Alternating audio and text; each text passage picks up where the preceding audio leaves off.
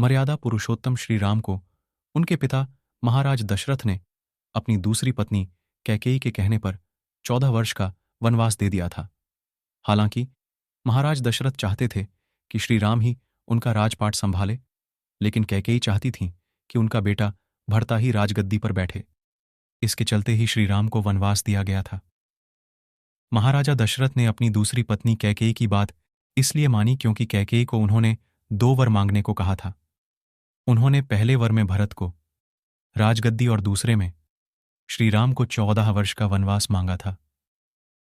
राजा दशरथ को अपनी पत्नी के वर पूरे करने पड़े।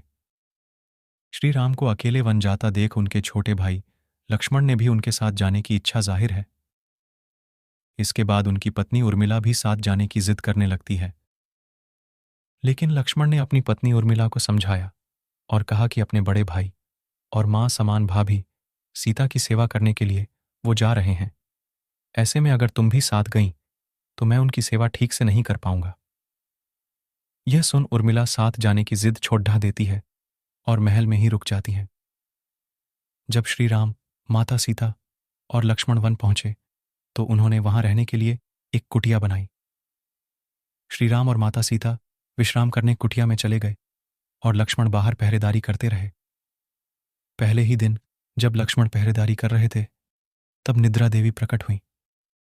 तब लक्ष्मण ने उनसे वरदान मांगा कि वह 14 साल तक निद्रा मुक्त रहना चाहते हैं। तब निद्रा देवी ने यह शर्त रखी कि उन्हें यह वरदान तो मिल जाएगा, लेकिन उनकी नींद किसी और को लेनी होगी। तब लक्ष्मण ने कहा कि उनकी पत्नी को उनके हिस्से की नींद दे दी जाए। यही कारण था कि लक्ष्मण 14 साल तक नहीं सोए थे।